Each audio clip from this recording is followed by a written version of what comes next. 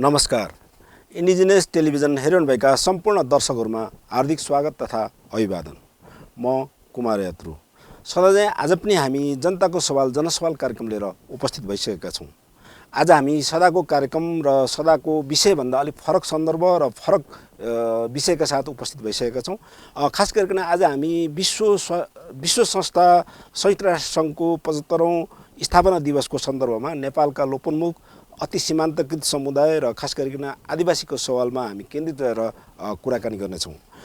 हामी सबैलाई थाहै छ मानव जातिको आउने पुस्तालाई द्वन्द्वबाट बचाउनको लागि राष्ट्रसङ्घको जन्म भएको र यो विश्व संस्थाको जन्म दिवस अर्थात् स्थापना दिवस चाहिँ आज हामी 75औं स्थापना दिवसको रूपमा मनाइरहेका छौँ र विश्वभरि यो कार्यक्रमहरू मनाइरहेको सन्दर्भ छ। नेपाल पनि एउटा संयुक्त राष्ट्रसङ्घको संस्थापक सदस्य र यसका चार्टरको हामी पालनाकर्ता देश भएको नाताले संयुक्त राष्ट्रसङ्घको हामी सबै मूल्य मान्यता यसका चार्टरहरूको हामी चाहिँ सम्मान गर्छौँ र यसको चाहिँ हामी पालना गर्दछौँ। संयुक्त राष्ट्रसङ्घका विभिन्न क्रियाकलापहरू छन्, अन्य विभिन्न चाहिँ दायित्वहरू छन्। यस सन्दर्भमा अन्य विषयसँगै चाहिँ विश्वव्यापी अनुभवको आधारमा भन्दाखेरि अल्पसङ्ख्यक समुदायको रक्षा गर्नु चाहिँ संयुक्त राष्ट्रसङ्घलाई चुनौतीपूर्ण रूपमा देखिएको छ। सन् 1994मा रुवान्डामा तुत्सी अल्पसङ्ख्यक विरुद्धको जातीय हत्या होस् वा रुवान्डाको शान्ति अथवा सिरियाको सन्दर्भमा अल्पसङ्ख्यक लोपोन्मुख समुदायको सुरक्षा चुनौतीपूर्ण बनेको हामी सबैको सामु चाहिँ इतिहास छ। नेपालमा पनि 59 आदिवासी जनजाति मध्ये 10वटा लोपोन्मुख समुदाय छन्, 12वटा अति सीमान्तकृत समुदाय र 20वटा सीमान्तकृत समुदाय छन्। यी सबै समुदायको सङ्ख्याको आधारमा मात्र नभएर प्रतिनिधित्व राज्यका सेवा सुविधाको उपलब्धता र पहुँचको दृष्टिकोणले पनि सबै अल्पसङ्ख्यक रूपमा रहेको छ। नेपाल सरकारले केही आदिवासी जनजातिहरूमध्येका केही समुदायलाई अल्पसङ्ख्यकको रूपमा पनि सूचीकृत गरेको छ। जनसङ्ख्याको आधारमा आदिवासी जनजातिका केही समुदायलाई लोपोन्मुख समुदाय मानेको सन्दर्भमा पनि हामी आजको बहसमा कुराकानी गर्नेछौँ। र लोपोन्मुख भन्नुहोस् वा सीमान्तकृत समुदाय भन्नुहोस्, त्यस समुदायको पहिचान हुन्छ, आधारभूत मानव अधिकारको सवाल हुन्छ र राज्यका सेवा सुविधामा पहुँचको सवाल हुन्छ। यी सबै सवालहरू चाहिँ एउटा पेचिलो बनेर आएको छ। यही क्रममा आजको कुराकानीमा लोपोन्मुख तथा अति सीमान्तकृत समुदायको प्रतिनिधिहरूको समस्या तथा चुनौतीको सन्दर्भमा हामी विशेष कुराकानी गर्नेछौँ। हामीसँग प्रविधि मार्फत समुदायका प्रतिनिधिहरू जोडिसक्नु भएको छ। हामीसँग हुनुहुन्छ लोपोन्मुख समुदायबाट हुनुहुन्छ धनबहादुर कुसुन्डा, उहाँ जोडिनु भएको छ प्रविधि मार्फत। उहाँ नेपाल कुसुन्डा विकास समाजका अध्यक्ष हुनुहुन्छ। कुसुन्डा भन्ने बित्तिकै हामी अति कम जनसङ्ख्या भएको लोपोन्मुख र अल्पसङ्ख्यक समुदाय हो। म धनबहादुर कुसुन्डालाई कार्यक्रममा हार्दिक स्वागत गर्न चाहन्छु। यसै गरिकन हामीसँग हुनुहुन्छ सङ्गीता थामी, उहाँ नेपालको सीमान्तकृत थामी समुदायको प्रतिनिधि हुनुहुन्छ। म आजको कार्यक्रममा सङ्गीता थामीलाई पनि हार्दिक स्वागत गर्न चाहन्छु। यसै गरिकन हामीसँग जोडिनु भएको छ नेपाल दराई उत्थान समाजका अध्यक्ष मङ्गलराम दराई। दराई समुदाय एउटा सीमान्तकृत समुदाय हो र अल्पसङ्ख्यक समुदाय हो। म उहाँलाई हाम्रो मङ्गलराम दराईलाई हार्दिक स्वागत गर्न चाहन्छु। आजको कार्यक्रममा बेचैन उराव हुनुहुन्छ। उहाँ नेपाल उराव आदिवासी जनजाति प्रतिष्ठानका अध्यक्ष हुनुहुन्छ। नेपालको सीमान्तकृत अल्पसङ्ख्यक समुदायमा रहेको उरावहरूको बारेमा उहाँले विशेष जानकारी दिनुहुनेछ। हाम्रो दर्शकहरूलाई पनि जानकारी नै छ। यसै गरी हामीसँग हुनुहुन्छ तेजेन्द्र ताजपुरिया, उहाँ ताजपुरिया समाज कल्याण परिषदका पूर्व सचिव हुनुहुन्छ। ताजपुरिया आदिवासी अन्य समुदाय चाहिँ सीमान्तकृत समुदाय हो र सीमान्तकृत समुदायमा वर्गीकृत भएको छ। उहाँलाई पनि म कार्यक्रममा हार्दिक स्वागत गर्न चाहन्छु। कार्यक्रममा आजका अतिथिहरूलाई सबैलाई म स्वागत गर्दै सबैभन्दा पहिला नेपालका आदिवासीहरूमध्येभन्दा सबैभन्दा जोखिममा रहेको लोपोन्मुख समुदाय, अति सीमान्तकृत समुदाय र सीमान्तकृत समुदाय सम्बन्धी हामीले यो छोटो परिचयात्मक एउटा रिपोर्ट बनाएका छौँ। यो भिडियो चाहिँ इन्डिजिनियस टेलिभिजनले संयुक्त राष्ट्रसङ्घको 75औं स्थापना दिवसको अवसरमा तयार गरिएको यो रिपोर्टलाई म यहाँ राख्न चाहन्छु। हेरौँ यो छोटो रिपोर्ट।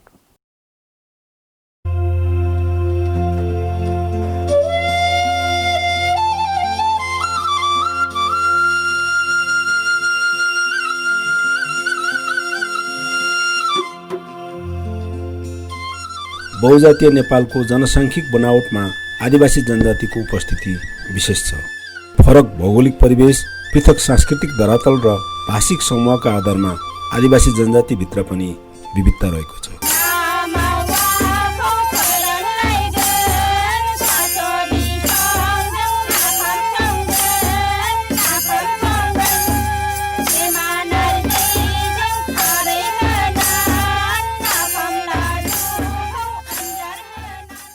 जनसङ्ख्याको दृष्टिकोणले सबैभन्दा ठुलो जनसङ्ख्या र देशैभरि छरिएको मगर समुदायदेखि सबैभन्दा थोरै जनसङ्ख्या भएको कुसुन्डासम्मको पहिचान र परिचयले सिङ्गो आदिवासी जनजाति बनेको छ। नेपाल सरकारले ऐनका आधारमा 59 जातिलाई सूचीकृत गरेको छ भने राजपत्रमा सूचना प्रकाश गरी राणा थारूलाई पनि आदिवासी जनजातिमा थप गरेको छ। यो सँगै 60 सूचीकृत आदिवासी र सूचीकरणको पर्खाइमा रहेका आदिवासीहरूको बसोबास नेपाल हो भन्नुपर्ने हुन्छ। नेपाल आदिवासी जनजाति महासङ्घ जिन्दाबाद। सम्पूर्ण आदिवासी जनजातिहरू एक हौं। तथापि आदिवासीभित्र पनि राज्यको सेवा तथा सुविधामा शून्य पहुँच भएका लोपोन्मुख र अति सीमान्तकृत आदिवासीको सङ्ख्या उल्लेख्य छन्। नेपाल आदिवासी जनजाति महासङ्घ आफैले वर्गीकरण गरेअनुसार लोपोन्मुख समूह पुछारमा परेका छन् भने नेवार र थकाली उन्नत समूहमा परेका छन्।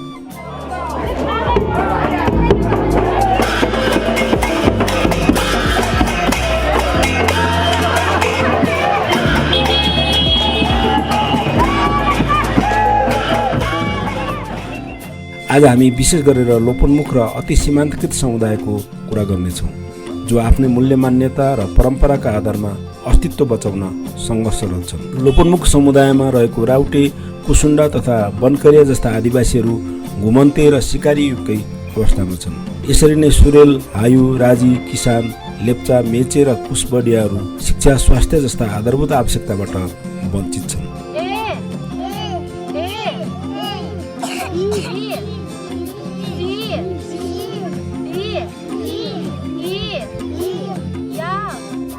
राज्यका सेवा र सुविधामा पहुँच बनाउन नसक्ने यी समुदाय सङ्ख्याको रूपले अल्पसङ्ख्यक त छँदैछन्, मानव विकास सूचकाङ्कको अति जोखिमको डिलमा छन्। यसरी नै तराई मधेसको उर्वर भूमिमा बस्ने भएर पनि धानुक, सन्थाल, झाँगड जस्ता आदिवासीहरू अति सीमान्तकृतको सूचीमा छन्। भौगोलिक रूपमा अति दुर्गम हिमाली क्षेत्रका सियार, सिङसावा, लोमी, थोदाम भन्नुहोस् वा पहाडका बराम, चेपाङ, थामी, भित्री मधेसका बोटे, दनवार, माझी सबै हिसाबले अस्तित्व रक्षाको लागि रक्षात्मक पङ्क्तिमा उभिएका छन्। त्यसो त सबै आदिवासी जनजाति सीमान्तकृत समुदाय हुन्, तथापि तुलनात्मक रूपमा सबैभन्दा जोखिममा रहेका समुदाय यिनै लोपोन्मुख र अति सीमान्तकृत समुदाय हुन्। यी समुदायका लागि राज्यले केही नीतिहरू अघि सारे पनि महसुस हुने गरी कार्यान्वयनमा आएको छैन। आफ्नो प्रथा, परम्परा, भाषा, संस्कृति र सभ्यतामाथि अतिक्रमणको शिकार बनेका केही सीमान्त आदिवासीको अहिलेसम्म सङ्गठित रूपमा जातीय संस्था पनि बन्न सकेको छैन। अन्य आदिवासीहरूले मातृभाषा शिक्षाको कुरा गरिरहँदा यी समुदायमा भाषाका वक्ता जोगाउन नै मुस्किल छ।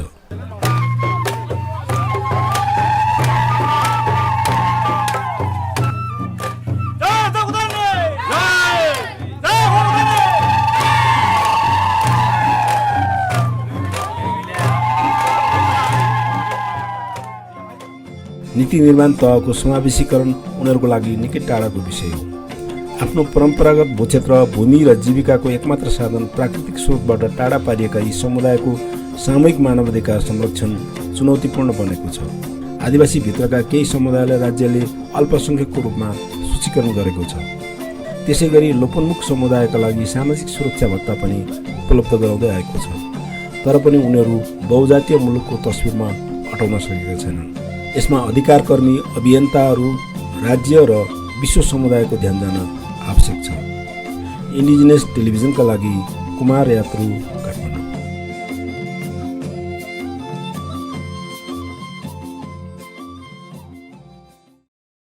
यो छोटो रिपोर्टले पनि नेपालका आदिवासीहरूको वर्गीकरण र लोपोन्मुख अति सीमान्तकृत तथा अल्पसङ्ख्यक समुदायको सम्बन्धी केही न केही जानकारी मिलेको मैले विश्वास गरेको छु। वास्तवमा आदिवासी भनेर हुँदैन, आदिवासीभित्रका पनि न्यायमा पहुँच नभएका समुदायको भाषा छन्, धर्म छ, संस्कृति छ एवं समावेशीकरण र त्यसलाई विभिन्न नीतिहरू, अहिलेका राज्यका नीतिहरू आदिवासी जनजाति अर्थात् जातीय संस्थाहरूकै नीतिहरूमा पनि परिवर्तन गर्नुपर्ने अवस्था रहेको छ। यो भिडियोले अर्थात् यो रिपोर्टले पनि त्यही दर्शाउँछ।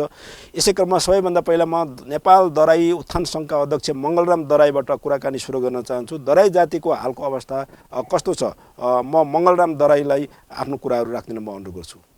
नेपालको आदिवासी 58वटा सूचीकृत मध्ये यो एउटा दराई समुदाय पनि एउटा अति सीमान्तकृत अल्पसङ्ख्यक लोपोन्मुखमा पर्ने वर्गमा पर्ने एउटा जाति हो। अहिलेको अवस्था केही समय सापेक्ष परिवर्तन भएको छ। हालाकि जुन मात्रामा हुनुपर्ने हो त्यो भएको चाहिँ छैन। अब सांस्कृतिक, सामाजिक, आर्थिक तिनैवटा पक्षमा चाहिँ जर्जर अवस्थामा पुगिएको छ। समयमै शिक्षाको सबभन्दा गहिरो प्रभाव परेको हुनाले यसले समाजमा नकारात्मक असर पर्न गएको अथवा चाहिँ यसले समाजमा समृद्धितर्फ ज्यादै हुन के अरे अप्ठ्यारो परेको स्थितिले गर्दाखेरि यसले समाजमा शिक्षा क्षेत्रमा एकदम झगडीको अवस्था छ। राजनैतिक सचेतना ज्यादै कम छ, न्यून छ र सामाजिक परिवेशमा पनि त्यस्तै किसिमले असर भएको छ। सांस्कृतिक पक्षमा पनि धेरै संस्कार संस्कृतिहरू ओझेलमा पर्दै अहिले अन्य समुदायको बाह्य प्रभावले गर्दाखेरि त्यो अथवा बाह्य वातावरणले गर्दाखेरि आफ्नो जुन संस्कार र संस्कृतिहरू छ त्यो क्रमशः लोप भइसकेको स्थिति छ। कयौं हाम्रो संस्कृतिहरू लोप भइसकेका छन् र केही संस्कृतिहरू जगेर्नाको अभावमा लोप हुने स्थितिमा देखा परिसकेको छ। जुन एउटा हामीले दलित समुदायलाई पहिचानको रूपमा थियो त्यो अहिले सङ्कटको घडीमा छ। यो संस्कार र संस्कृति पनि बिस्तारै बिस्तारै लोप हुने स्थितिमा छ। यसले समग्र स्थितिमा हेर्ने हो भने हाम्रो भाषामा पनि लोप हुँदै गइरहेको छ। आफ्नो वर्ण लिपि केही छैन, भाषा छ, हाम्रो लिपि छैन, अनि वर्णमाला छैन। यी आदि इत्यादि कारणले गर्दाखेरि हामीले आफ्नो भाषालाई पनि जगेर्ना गर्न सकिरहेको छैनौँ र छुट्टै एउटा अहिलेको मिश्रित समाज भइरहेको अवस्थामा यसले अनि अन्य वर्गका अथवा अन्य समुदायको भाषाको अतिक्रमणले गर्दाखेरि र पठन पाठनको हिसाब किताबले गर्दाखेरि पनि आफ्नो भाषा साना बच्चा बाबु नानीहरूले पनि बोल्न अब छोडिसकेको स्थिति छ र हाम्रो युगका मानिसहरूले पनि बिस्तारै गर्दाखेरि त्यो समुदायले अन्य बाह्य प्रभावले गर्दाखेरि आफ्नो भाषामा जुन पहिला बोलिराखिन्थ्यो र अहिले आफ्नो बोलीचालीको उसमा पनि व्यवहारमा पनि धेरै परिवर्तन आएको छ। त्यसले गर्दाखेरि हाम्रो भाषामा पनि लोप हुँदै गइरहेको छ स्थिति छ र कयौं ठाउँमा त लोप भइसकेको स्थिति छ र कयौं ठाउँमा अब आफ्नो शुद्ध एउटा चाहिँ दलित समुदाय मात्रै भएको स्थितिमा अलि पाकाहरूले 50-60 वर्ष काटेका उमेरका काटेका व्यक्ति विशेषहरूले मात्रै यता कता बोल्ने गरेको पाइन्छ। नत्र चाहिँ सधैँ के अरे अन्य ठाउँमा चाहिँ हाम्रो भाषा पनि लोप भइसकेको स्थिति छ। अनि त्यस्तै गरेर वेशभूषा पनि हाम्रो खास हाम्रो उत्सवमा मात्रै कता कता चाहिँ अब त्यो लाउने गरेको देखिएको छ र यसमा वेशभूषामा पनि अन्य यो समाजको पहिरन भित्रिसकेको अवस्थाले गर्दाखेरि हाम्रो यो हाम्रो त्यो भाषा वेशभूषामा पनि यसलाई गहिरो असर परेको छ। यो वेशभूषा पनि लोप भइसकेको स्थिति छ। अब सामाजिक स्थिति हाम्रो अशिक्षाको कारणले गर्दाखेरि राजनैतिक चेतना शिक्षाको अभावले गर्दाखेरि सामाजिक परिवेश पनि जिउको त्यौँ नै छ र मूलत आर्थिक समस्याले गर्दाखेरि समाजमा अहिले आर्थिक सामाजिक र राजनैतिक को कारणले गर्दाखेरि यो सबै क्षेत्रमा तिनैवटा क्षेत्रमा चाहिँ एउटा सशक्त रूपमा चाहिँ हामीलाई असर परेको छ। यो अवस्थामा हामी आफैले पनि अगाडि बामी सर्दै गरेको अवस्थामा र आफैले यति सराइले मात्र पनि नहुँदो रहेछ र राज्यले अहिले यहाँले कुरो उठाउनु भएको कुरा जुन राज्यले हामीलाई यो वर्ग एउटा लोकोन्मुखको अवस्थामा हामी पुगिसकेको अवस्थामा राज्यबाट पनि यो समुदायलाई यिनका भाषा संस्कार संस्कृतिहरू संरक्षण गर्नुपर्ने, वेशभूषाहरू संरक्षण गर्नुपर्ने, सामाजिक रहन सहन यिनीहरूलाई पनि परिवर्तन गराउनु पर्छ, राजनैतिक चेतना दिनुपर्छ भन्ने कुराहरू अहिले राज्यबाट पनि खासै सोच र चिन्तन लिएर यो समुदायभित्र पसेको चाहिँ देखिँदैन र भन्दै गर्दाखेरि 2072 सालको चाहिँ संविधानमा जुन कुराहरू उल्लेख गएको थियो त्यो संविधानमा पनि हाम्रो भावनालाई कुण्ठित पारेको छ, भावनालाई कुल्चिन पुगेको छ। यी राज्यबाट आर्थिक समृद्धि पनि भएको छैन र शैक्षिक र शिक्षा क्षेत्रमा पनि यसले गुणात्मक एउटा फड्को मार्नुपर्ने त्यो पनि भइरहेको अवस्था छैन। र छोटकरीमा एकै शब्दमा भन्नु पर्दाखेरि यो हाम्रा राज्यबाट यो तीनैवटा क्षेत्रमा हामीले यो सरकारबाट अनुभूति अथवा चाहिँ हामीलाई राहत अथवा हामीलाई पनि एकाकार गर्ने अथवा हामीले पनि राज्यबाट यो उत्थानका लागि समृद्धिका लागि अनुभूत गर्ने स्थिति चाहिँ छैन। यही नै हो हाम्रो अवस्था। जुन परम्परामा थियो र बाल्य एउटा कृषि प्रणालीमा आधारित रहेर त्यही नै छ। अब जेन तेन गरेर जीविकाहरू चल्ने बाहेक अर्को चाहिँ हाम्रो चाहिँ खासै सामाजिक परिवर्तनको चाहिँ भएको छैन र देखिने अवस्था पनि छैन। यहाँको भनाइअनुसार चाहिँ दराई समुदाय भनेको आफ्नै भाषा भएको, आफ्नै संस्कृति भएको, आफ्नै चाहिँ रहन सहन भएको र आफ्नै वेशभूषा भएको एउटा समुदाय हो, आदिवासी जनजाति हो भन्ने यहाँले भनिसक्नु भएको छ।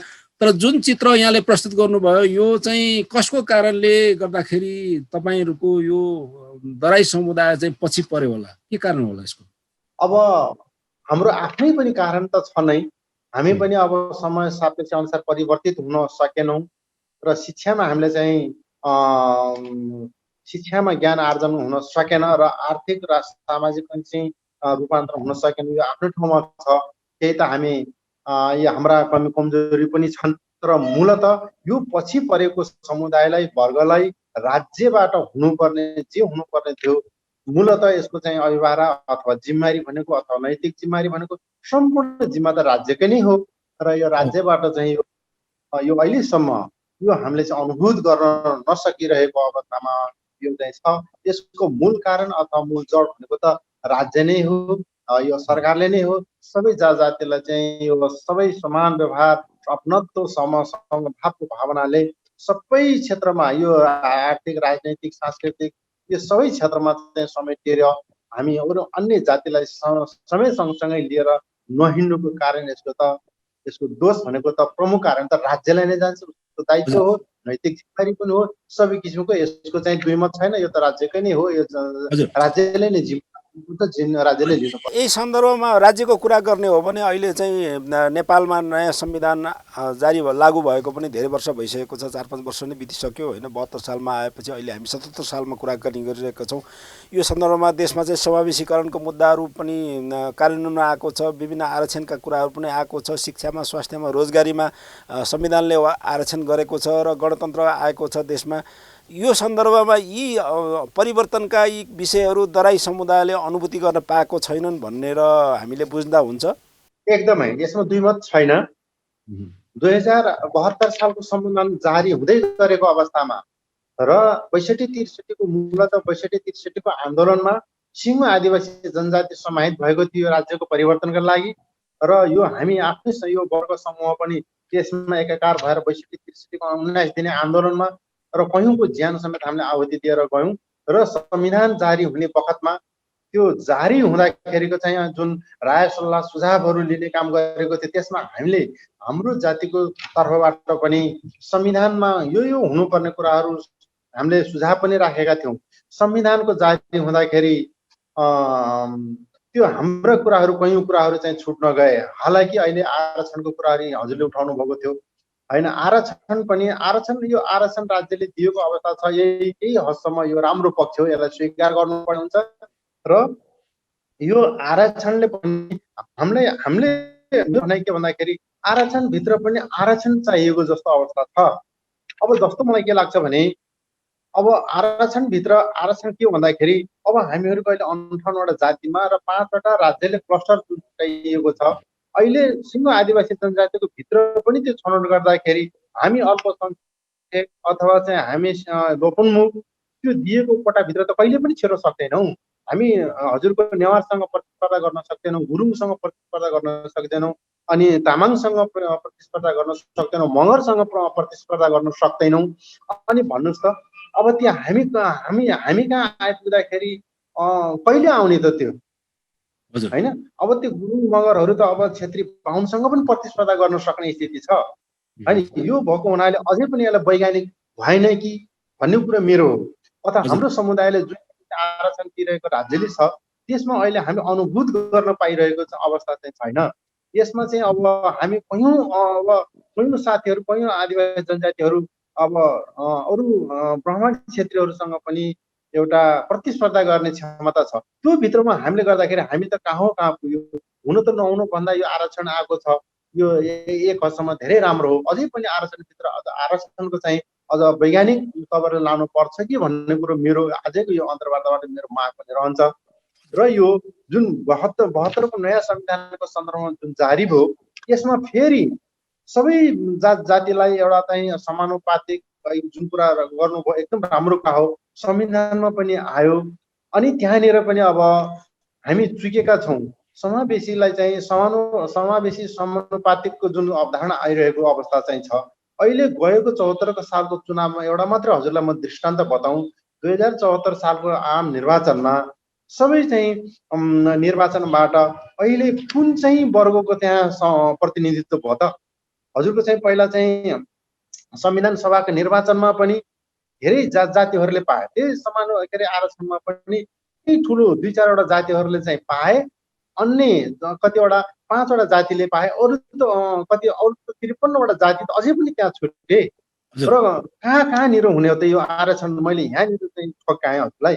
यो अवस्था चाहिँ छ। अर्को कुरा अहिले चाहिँ समानुपातिक समावेश भनेको त त्यहाँ पहुँच नभएका पुग्न नसकेका वर्ग समुदायको लागि हो नि त त्यो समानुपातिकको व्यवस्था। त्यहाँ फेरि अहिले त आएर तिनकै आफ्नै श्रीमान, तिनकै आफ्ना श्रीमती, तिनकै भतिजो, तिनकै छोरा ज्वाइँले मात्रै त्यहाँ चाहिँ सम्बोधन गर्ने अवस्था छ समानुपातिकको त। यो चाहिँ पहिला अब अहिलेको यो चाहिँ समानुपातिक व्यवस्था त गर्यो, त्यहाँबाट फेरि त्यो महिला पुर्याऊ अनि अर्को के पुर्याऊ गर्दाखेरि अनि यी हामीलाई त एउटा देखाउने ताप मात्रै चाहिँ एउटा भयो, बाहिर देखाउने एउटा आवरण मात्रै भयो। यथार्थमा चाहिँ यो समानुपातिक समावेशीको जुन अवधारणा थियो, जुन लक्ष्य थियो, त्यो लक्ष्य अनुसार चाहिँ भइरहेको अवस्था छैन। त्यसैले यो अझै पनि हाम्रो माग, हाम्रो समुदायबाट यो अपुरो छ, संविधान अधुरो छ। यो अपुरो र अधुरो संविधानलाई अझै पनि जनताको बिचमा अथवा सबै वर्ग धर्म जातिलाई चाहिँ सम्बोधन गर्ने गरी अथवा समेटिने गरेर चाहिँ यो आउनुपर्छ अथवा व्यवहारमा लागू हुने गरेर यसलाई चाहिँ यो फेरबदल गर्नुपर्छ भनेर हाम्रो अझै पनि यो चाहिँ यो 72को संविधान यसमा चाहिँ संशोधन सहितको चाहिँ यसलाई चाहिँ फेरबदल हुनुपर्छ, आदिवासीको चाहिँ मागहरू चाहिँ हुनुपर्छ भन्ने कुरा हाम्रो यसमा पनि आज पनि यो मागहरू हामी ज्वलन्त रूपमा उठाइआएका छौँ। खास गरिकन अब आदिवासीहरूको सन्दर्भमा नेपाल सरकारले अल्पसङ्ख्यक भनेर स्थानीय तहहरूमा पनि बेग्लै सूचीकरण गरेको छ र अल्पसङ्ख्यकहरूलाई आरक्षणको प्रतिनिधित्वको व्यवस्था पनि गरेको छ। यसबाट अल्पसङ्ख्यकको यो कोटाबाट चाहिँ दराई समुदायहरूले लाभ पाउन सकेको छ कि छैन? अर्थात् यो कस्तो लाग्छ यो तपाईँलाई? जिरो, यो त शून्य अवस्थामा छ। मैले अघि नै भने, फेरि पनि मैले दोहोऱ्याउने मौका दिनुभयो। तपाईँको यो अल्पसङ्ख्यक सीमान्तकृत भनेको कहाँ के हो त? अहिलेसम्म चाहिँ अब दृष्टान्त नै अब बताउने सक्ने स्थिति नै छैन। ल यो चाहिँ अल्पसङ्ख्यक कोटाबाट भन्ने कुराहरू कहाँ के छ त? त्यसले गर्दाखेरि हाम्रो असहमति छ। यो चाहिँ संविधान जुन छ त्यो संविधानमा उल्लेख भएको कुरा फेरि त्यही नै समानुपातिकमा चाहिँ यस्तो कोटा छुट्याएको छ तर भनेर त्यही संविधानमा तर भनेपछि त्यो सबै काटिएको छ। त्यहाँ महिलालाई पुर्याउने, यसलाई पुर्याउने, त्यसलाई पुर्याउने भन्ने कुराहरू छ। अन्यत्र माथि समानुपातिक समावेशीको कुराहरू लेखिएको छ, तलतिर गएर तर भनेपछि सबै तरले चाहिँ खाइदिएको अवस्था छ। र अहिले जे कानुन ऐनमा उल्लेख भएको छ यहाँले उठाउनु भएको कुरा यो संविधानमा होला, कहाँ कानुनमा होला, व्यवहारमा कहाँ के हो? अब यो हामीले चाहिँ बत्ती बालेर टर्च बालेर खोज्नै पर्ने अवस्था चाहिँ छ। अब हामीले चाहिँ साँच्चीकै अनुभूत गर्ने चाहिँ अहिले कुनै किसिमको चाहिँ यो चाहिँ हामीले त्यस्तो किसिमको चाहिँ वातावरण अथवा त्यस्तै किसिमको अवसर छैनौँ। र हाम्रो माग छ यो सबै जातिलाई यो चाहिँ सीमान्तकृत अल्पसङ्ख्यक लोपोन्मुख वर्गलाई विशेष गरेर जहाँ बढी चाहिँ समस्या छ त्यहाँबाट राज्यले चाहिँ समस्याको समाधान सुरुवात गर्नुपर्छ भन्ने मेरो माग हो र मेरो ठमाइ पनि हो, मेरो बुझाइ पनि हो सर। हस्, एकदम तपाईँलाई धन्यवाद दिन चाहन्छु। अन्तिममा तपाईँको केही सन्देश छ कि हाम्रो कार्यक्रम मार्फत नेपाल सरकारलाई अर्थात् आदिवासी जनजाति आन्दोलनलाई तपाईँको के भनाइ छ कि भनाइराख्न सक्नुहुन्छ अन्तिममा? अवसर दिनु यसको लागि हजुरलाई र हजुरको यो परिवारलाई यो मिडियाको परिवारलाई सर्वप्रथम धन्यवाद दिन चाहन्छु। संयुक्त राष्ट्र सङ्घको 75औं स्थापना दिवस हजुर। यो संयुक्त राष्ट्र सङ्घ स्थापना 75औं स्थापना दिवसको पूर्ण सफलताको कामना गर्न चाहन्छु। म यसलाई धन्यवाद दिन चाहन्छु, शुभकामना दिन चाहन्छु। जाँदा जाँदै अब हामी अब पनि फेरि पनि राज्यले यसलाई एकचोटि संविधान बन्यो, यो संविधानलाई के कसरी गरेर सबै जात जातिका समुदायहरूलाई समेट्न सकिन्छ भन्नेतिर सोचका साथ अगाडि बढ्नका लागि यो देश हामी सबै जात जातिको फुलबारी हो, साझा फुलबारी हो। यसमा सबै जात जातिको चाहिँ समान अधिकार हुनुपर्छ, हाम्रो यो माग हो। र राज्यले पनि ती मागलाई चाहिँ सम्बोधन गर्नका लागि साँच्चै यी वर्ग यी समूह पनि यहीँको जनता हुन्, यिनीहरूले पनि बाँच्नु पाउनुपर्छ। यिनी पनि सामाजिक न्याय सिद्धान्तको मूल्य मान्यतामा रहेर यिनीहरूलाई पनि यो अनुभूति गर्नका लागि के गर्न सकिन्छ भनेर अथवा हाम्रो आवाजहरूलाई राज्यले पनि सुन्नका लागि एउटा यो सुन्दै यसलाई चाहिँ समस्या कसरी गर्न सकिन्छ भनेर छलफल र चिन्ता र चासोको विषय लिइदिनको लागि सरकारलाई समेत म चाहिँ आग्रह अनुरोध गर्न चाहन्छु। यो थियो नेपाल दराई समाजका प्रतिनिधि, नेपाल दराई उत्थान समाजका अध्यक्ष मङ्गलराम दराईको विचार। नेपालका आदिवासीमा अवसरबाट वञ्चित रहेको समुदायमा विद्यमान आरक्षण नीति सुधार गर्नुपर्छ भन्ने उहाँको मुख्य माग थियो, मुख्य विचार थियो। उहाँले कार्यक्रममा सहभागी भएर आफ्नो आवाजहरू, आफ्नो समुदायको आवाज राखिदिनु भएकोमा म टेलिभिजनको तर्फबाट धेरै धेरै धन्यवाद दिन चाहन्छु र उहाँसँग बिदा पनि लिन चाहन्छु। अब भने म अन्य समुदायकोमा जान चाहन्छु। म सबैभन्दा पहिला बेचैन उरावका जान चाहन्छु। उराव समुदायको विद्यमान अवस्था चाहिँ कस्तो छ? म सबैभन्दा पहिला म बेचैन उरावलाई म अनुरोध गरेँ, आफ्नो कुरा राखिदिन अनुरोध गरेँ। उरावको सन्दर्भमा हो भने उराव तपाईँलाई पूर्व मेचीदेखि पश्चिम महाकालीसम्मै छ, तराईमा लगभग 16-17वटा जिल्लामा छ। जनसङ्ख्या भन्नुहुन्छ भने सीमाङ्कृत वर्गमै छ, भन्दा माथि छैन। तर यसको समस्या भन्नुहुन्छ भने राज्यले अहिलेसम्म उरावलाई एड्रेस नै गरेको छैन, जबकि मिडियामा आइसकेका छ, हरेक कुरो आदिवासी जनजाति प्रतिष्ठानमा छ, के अरे आदिवासी जनजाति महासङ्घले एड्रेस गरिसकेका छ, के भन्छ। तर यो एड्रेस गरेको कुरो जस्तो सेन्ससमै छैन। सेन्ससमा किन छैन भने सेन्ससमा झाँगड भनेर राखेको छ, जबकि उरावले आफूलाई झाँगड भन्नै रुचाउँदैन। त्यो सेन्सस बिग्रेको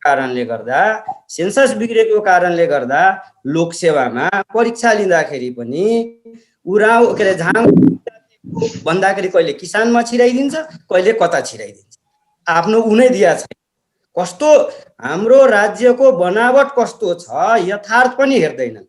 जस्तै अब तपाईँलाई मिडियामा वर्षौँदेखि उरावले हामी उराव हौँ, उडुख हौँ, हामीलाई के अरे झाँगड नभन, झाँगड भन्दाखेरि हामीलाई आफूलाई सम्मानित भएको हामी गर्दैनौँ, यसलाई हामीलाई सम्मानित रूपमा उराव र उडुख भनिदेऊ भन्दा पनि तपाईँलाई 2068 सालको सेन्ससमा हामीले अभियानै चलाएको थियौँ, तर पनि उरावलाई राष्ट्रिय जनगणना 2068ले तपाईँलाई झाँगड भनेर राख्यो, एकातिर भाषालाई के भन्यो उराव बनाएर राख्यो। बेचैनजी, अब त्यो तपाईँहरूको संस्था नै त अब झाँगड सङ्घ छ, ब्राकेटमा उराव छ, नेपाल झाँगड छ अनि तपाईँलाई हामीले दर्ता गर्ने बेलामा चाहिँ हामी दर्ता गऱ्यौँ, त्यति बेला तपाईँलाई 2051 सालमा सबै त एजुकेटेड थिएनन्। तर एवं प्रकारले सच्चिँदै आउँदाखेरि हामीले यसरी राखौँ, झाँगड हटाउ पनि भनेको छैनौँ, ब्राकेटमा राखिदेऊ, तर हामीलाई सम्बोधन गर्दाखेरि उराव र कुडुख भनिदेऊ।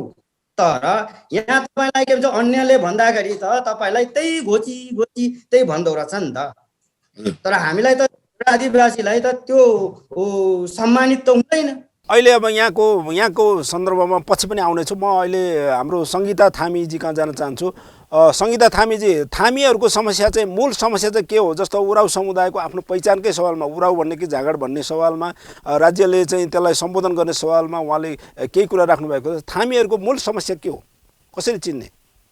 इलामबाट प्रतिनिधित्व गरेर आइरहेको छु। खासमा चाहिँ थामी समुदायहरूको विशेष समस्या भनेको अहिले तत्कालै अब 2078 सालको जनगणना पनि हुन लागेको छ। त्योभन्दा अगाडि पनि हाम्रो चाहिँ धर्ममा एकरूपता नभएको मेन समस्या देखिन्छ।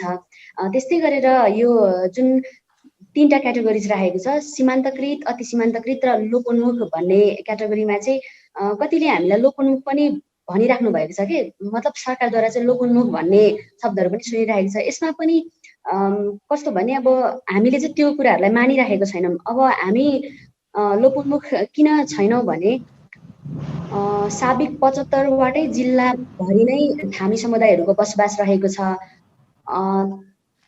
लगायत अब थामी समुदायहरू अरूको तुलनामा अलिकति के भन्छ शिक्षा स्वास्थ्य रोजगार र राजनीतिमा सामान्यतया चाहिँ पहुँचमा जाँदै हुनुहुन्छ। त्यो कारणले गर्दाखेरि चाहिँ हामीले अहिलेसम्म हामी लोपोन्मुखमा होइनौँ भनि नै रहेको छौँ। अनि अर्को कुरा के भने राज्यले चाहिँ विशेष अधिकारको रूपमा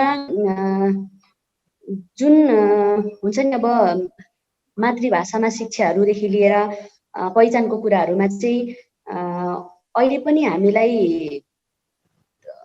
अब एउटा सम्मानको दृष्टिले हेरेको छैन कि राज्यले चाहिँ। त्यसमा पनि अब मेन भनेको आदिवासीहरूकै युनिटीमा पनि कमजोर छ। त्यसमा अब थामी समुदायभित्रमा पनि एकरूपता हुनुपर्नेमा जरुर देखिन्छ। त्यो स्वशासनको कुराहरूमा पहिचानको कुराहरूमा एकरूपता आउनुपर्छ। अब मेन समस्या भनेको चाहिँ अति सीमान्तकृत समुदायमा रहेर चाहिँ उत्पीडनमा परि नै राखिएको छ कि हामीले। जनसङ्ख्याको आधारमा हरेक ठाउँमा मातृभाषाको शिक्षाको कुरा उठाइरहेको हुँदाखेरि पनि त्यहाँ एकरूपता नभएको कारण र त्यहाँ चाहिँ स्थानीय स्तरको सरकारले पनि एक किसिमको हेयाको दृष्टिले हेरेको छ। त्यसमा चाहिँ अब हाम्रो पनि टिम एक्टिभ भएर त्यो ठाउँमा जान सकिरहेको अवस्था पनि छैन। यस्ता धेरै नै यावत कारणहरू छ। थामी समुदायको अब घना बस्ती भएको दोलखामा त अब त्यहाँ स्थानीय तहका प्रमुखहरू पनि थामी समुदायकै हुनुहुन्छ। यो विषयमा पनि हामी पछि चर्चा गर्नेछौँ। अहिले म चाहिँ हाम्रो कुसुन्डा नेपाल कुसुन्डा विकास समाजका अध्यक्ष हुनुहुन्छ धनबहादुर कुसुन्डा नेपालको लोपोन्मुख अति सीमान्तकृत समुदाय र अल्पसङ्ख्यक त हुँदै हो, थोरै जनसङ्ख्या छ, अब भाषा पनि लोप भइसकेको स्थिति छ।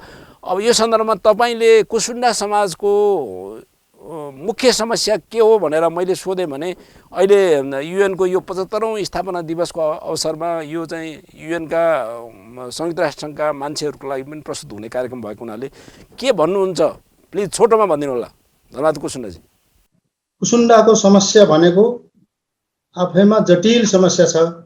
हाम्रो धर्म, संस्कार, भाषा सबै किसिम एकदमै लोप भइसकेको अवस्था छ। त्यसले गर्दाखेरि मैले पहिले पनि सबै ठाउँमा जानकारी गराएको छु। सबै स्थानीय निकायदेखि सरकारमा सबै बस्नेहरूलाई मैले ध्यानाकर्षण गराएको छु। हाम्रो जातिहरू एकदमै अन्तिम अवस्थामा पुगिसकेको छ। सङ्ख्यामा पनि थोरै, हाम्रो हरेक चिज चाहिँ हाम्रो लोप हुँदै गयो। हाम्रो भाषा, धर्म, संस्कारको सबै चाहिँ खतम, मृत्यु अवस्थामा छ अहिले। त्यस कारणले गर्दा एकीकृत बस्ती बनाइदिनु पर्यो। हाम्रो कुसुन्डा जाति थोरै भए पनि विभिन्न जिल्लाहरूमा छरिएर बसेको चाहिँ अवस्था छ। कसैका नाममा घर जग्गाहरू छैनन्, कसैको नाममा एक कट्ठा जमिन पनि छैन। त्यस कारणले गर्दाखेरि यस कुसुन्डाहरूको शिक्षा स्वास्थ्यमा धेरै अनि पछाडि परेको छ। त्यस कारणले गर्दा धेरै ध्यानाकर्षण गराउन चाहन्छु। किनभने हाम्रो अवस्था भाषा बोल्ने व्यक्ति नै हुनुहुन्न, एकजना मात्रै हुनुहुन्छ नेपालमा, 2 जना मात्रै हुनुहुन्थ्यो, एकजना बित्नुभयो यो गएको माघको महिनामा। अब 1 जना महिला मात्रै हुनुहुन्छ। उहाँबाट नै हामीले भाषा चाहिँ बचाउने हो, हाम्रो संस्कार बचाउने हो। उहाँ नै रहनु भएन भने हाम्रो भाषा, धर्म, संस्कार एकदमै मृत्यु अवस्थामा भइसकेको छ।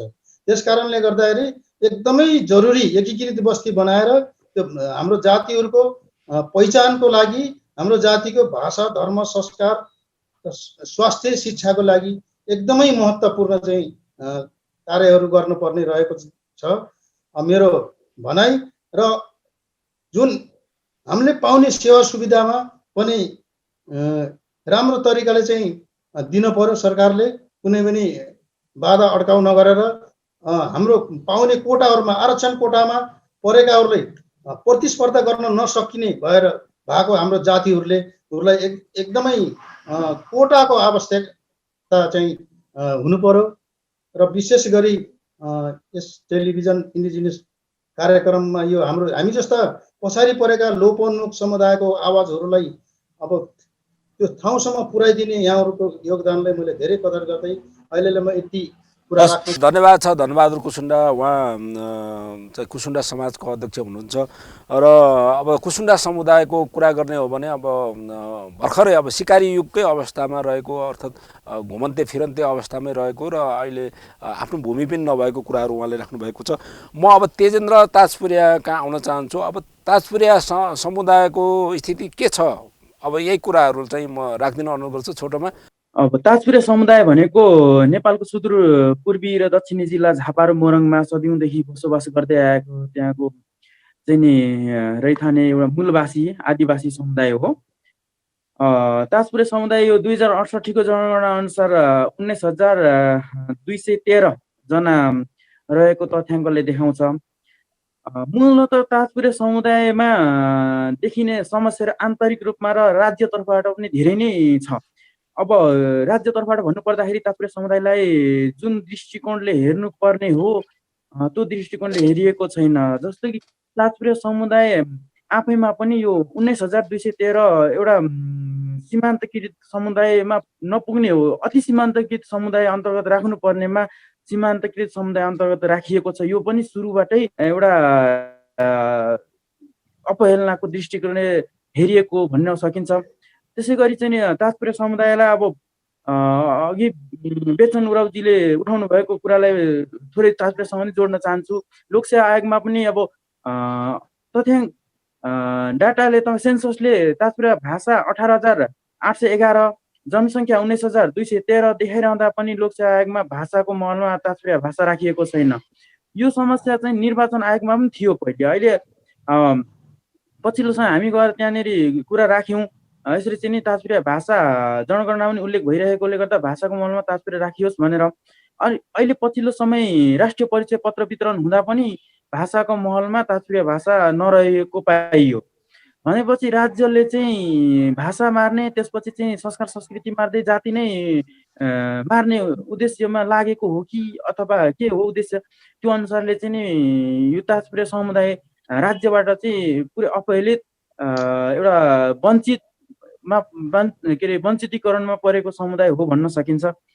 अब मूलत ताजपुरे समुदायलाई उकास्न अथवा अति सीमान्तकृत भन्छु म त ताजपुरे समुदाय सीमान्तकृत भन्न पनि सङ्ख्यात्मक रूपले अपुगै हो यो र पहुँचको हिसाबले पनि अझ लोपोन्मुख भन्दा पनि कुनै आपत्ति नहुने जस्तो देखिन्छ। जस्तो कि हाम्रो सङ्घीय संसद र प्रदेश संसदमा कुरा छोडौँ, स्थानीय तहको चाहिँ नि मुख्य पदहरू जस्तो प्रमुख उपप्रमुख अध्यक्ष उपाध्यक्ष जस्तो पदमा कुनै पनि स्थानमा ताजपुरियाको चाहिँ त्यो पहुँच रहेको छैन।